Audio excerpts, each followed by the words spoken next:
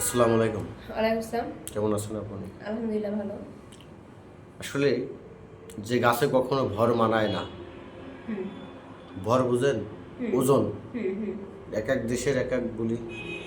যে গাছে যে গাছটা আপনার ওজন মানাবে না, হুম। সে গাছটায় আপনি উঠলেন, তবে গাছটা সঠিকভাবে দাঁড়িয়ে থাকলো, একটু নিচু হয়ে গেল না। সে গাছ বড় হওয়ার পরে যদি আপনার ওই ভার না মানায়, তখন আপনার কাছে কি মনে হবে? অভিনয়, প্রতারণা না ভালোবাসা? পরে ফ্যাক্ট ছিল, এক কথাই এটাই বলবো। কারণ এটা তো মানে টাইম পাস করার মতো একটা অপশন ছিল। ইটভাটার আগুন কখনো জ্বলতে দেখেছেন? ইটভাটার আগুন জ্বলতে দেখিনি, কিন্তু মনের মাঝে আগুন জ্বলতে দেখছি। ইট যখন বেশি পুড়ে, ইট ইট পানিতে কখনো যদি ডুবানো হয়, সে পানিটা বরঞ্চ সেই ইটটা পানিতে ডুবে যায় না ভেসে থাকে? না না, একটা ইট যদি পানিতে ফেলে দেওয়া যায় তাহলে সেই ইটটা পানির দিকে মানে পানির নিচে চলে যায় আর কি, এবং ভেসে থাকে না। কখনো যদি ইট ওইভাবে পুড়ে ঝাঁঝরা হয়ে যায়, ঝাঁঝরা বলতে বুঝেন হুম, কিনা জানি হ্যাঁ, না, বুঝতে পারছি। যেটার আর পোড়ার বাকি থাকে না, হুম, সেটা সাগরের পানিতে ভাসে কেন? সেটা ভাসে কেন? সেটা তো কিছুই নেই, অস্তিত্ব। এটা তো অস্তিত্ব। ওয়েটই নেই। এই উঠতে উঠতে তো পৃথিবী এটা একবারে ছাই হয়ে গেছে, তাহলে ভাসবে না? এই পৃথিবীতে এখনো কোনো মানুষ আছে যারা মরেও বেঁচে আছে? আমার লেখা গানই আপনার লেখা গান আছে, আর আমি নিজের হাসান মতি জীবনটা। তারেই খুঁজে জেগেছে দিয়া ফাঁকি তোর পিড়িতে, আমি বললাম শরীফুদ্দিনের গান। বন্ধুর দেশের পাখিরে তুই বল আমারে, আমার বন্ধু কেমন আছে? ঠিক। রাগ করিস না ধর্মের দোহাই, মিনতি তোর কাছে রে। তো আসলে কখনো দেখছেন সাগরে ফেনা উঠতে? সাগরে ফেনা উঠতে দেখিনি আসলে আমি না। সত্যি বলতে যে পানি দিলে ভয় পাই, তো পানির আশেপাশে আমি নেই। পানি কাটলে কখনো বাঘ হয়? না না না, পানি কাটলে কখনো ভাব হবে না, এটা একবারে অসম্ভব কথা। কারণ একটা সাগরের মাঝে যদি একটা পাঁচিলও তুলে দিই, তাও সেটা পাঁচিল ভেঙে যাবে পানির ঢেউয়ে, কিন্তু আসলে পানি ভাব হবে না। কখনো বন জঙ্গলে গিয়েছিলেন?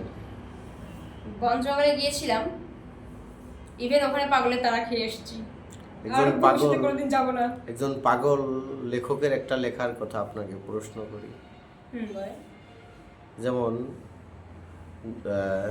গাছের সাথে জংলার প্রীত, এটা কিভাবে হতে পারে? কিভাবে বিশ্বাসযোগ্য হয় আপনার কাছে? বিশ্বাসযোগ্য এটা হয় যে সৃষ্টিকর্তা সবকিছুই যা যা সৃষ্টি করছেন সবকিছুই সত্যি। আর আরেকটা কথা যে উনি যে বলছেন এটা উনি কোনো কিছু ভুল বলেনি। কারণ একটা গাছ দিয়ে কিন্তু আল্লাহ পাক যে কত রকম ফলের গাছ বলেন, ফুলের গাছ বলেন, প্লাস হচ্ছে যে কত রকম ওষুধ বানানো গাছ বলেন, এগুলো কিন্তু সব প্রয়োজনীয়। এগুলো কথা বলতে পারে না সে, কিন্তু এগুলো কিন্তু অনেক কাজে আসে আমাদের। বাংলাদেশে হাজার হাজার লেখকরা আছে, অনেক লেখকের লেখা আছে আমি আবার একটা মামলা খামু যাই জেলখানায়। এই লেখাটা কেন লেখে একজন লেখক? কি আঘাতের কারণে লিখতে পারে? এটা এমন এটা আমি বলবো যে এটা আমার মনে হয় যে মরে যাওয়ার শেষ পৃষ্ঠাটা। যেমন কারণ এই মামলার উপরে আর কোনো মামলা নেই। পৃথিবীতে কখনো একটা মানুষের দেহ পুড়ে থাকতে দেখছেন কিনা, যে আসলে তার ভিতরটা পুড়ে সে মারা গেছে, কিন্তু আমরা মনে করি সে অনেক ভালো আছে? এই পৃথিবীতে সবচেয়ে কে সুখী? এই পৃথিবীতে সবচাইতে বেশি সুখী হচ্ছে সেই মানুষটা, যে মানুষটার পাশে তার ভালোবাসার মানুষটা আছে, বিশ্বাস ভরসা নিয়ে তার পাশে দাঁড়িয়ে আছে। পৃথিবীতে কারো কোনো এই পৃথিবীতে এমনই একটা মানুষ আছে যারা খাবার চিন্তা নাই, ঘুমাবার চিন্তা নাই, কোনো জায়গা জমির চিন্তা নাই। এ ধরনের মানুষগুলা কাকে বলা হয়? সেটা হচ্ছে মায়ের গর্ভে যতদিন থাকে। মায়ের গর্বের কথা বলিনি, এই পৃথিবীতে আসার পর পাগল। ও আচ্ছা, ও মানে পৃথিবীতে সবচেয়ে সুখী মানুষ হইছে পাগল, ও আচ্ছা, হ্যাঁ, সরি যার সরি। কোনো খাবার চিন্তা হ্যাঁ, নাই, তার কোনো ঘুমাবার। ঘুমানোর চিন্তা নেই, তার কোনো জায়গা জমি অর্থ সম্পদ বা কোনটা কমে গেল কোনটা বেশি হয়ে গেল এটার কোনো সিন নেই। ঠিক, রাইট। চলেন আমরা একবার পাগলের বাজারে যাই, যেতে রাজি কিনা? অবশ্যই, কিন্তু একবার সকালে দোকানে খেয়ে আসছি আর যাবো না জীবনে।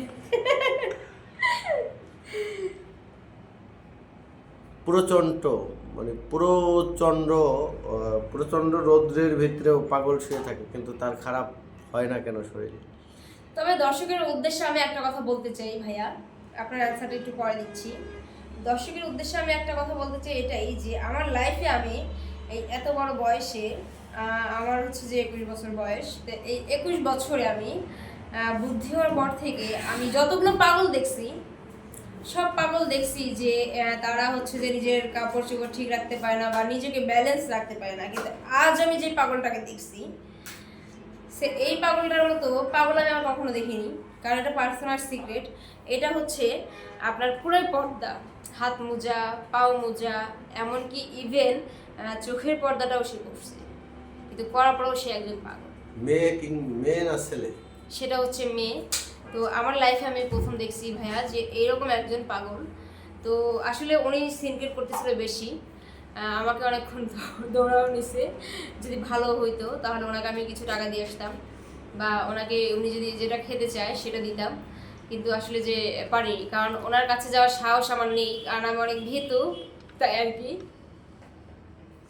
তো এখন দেখা যাচ্ছে যে ওনার মতো পাগল আমি আমার লাইফে প্রথম দেখছি। আর এই পাগলটার কথা আমি মৃত্যুর আগ পর্যন্ত মনে রাখবো, যে এখনো এরকম ধার্মিক আচ্ছা, বা দ্বিতীয় পর্বে পর্দাশীল। আপনার এই পাগল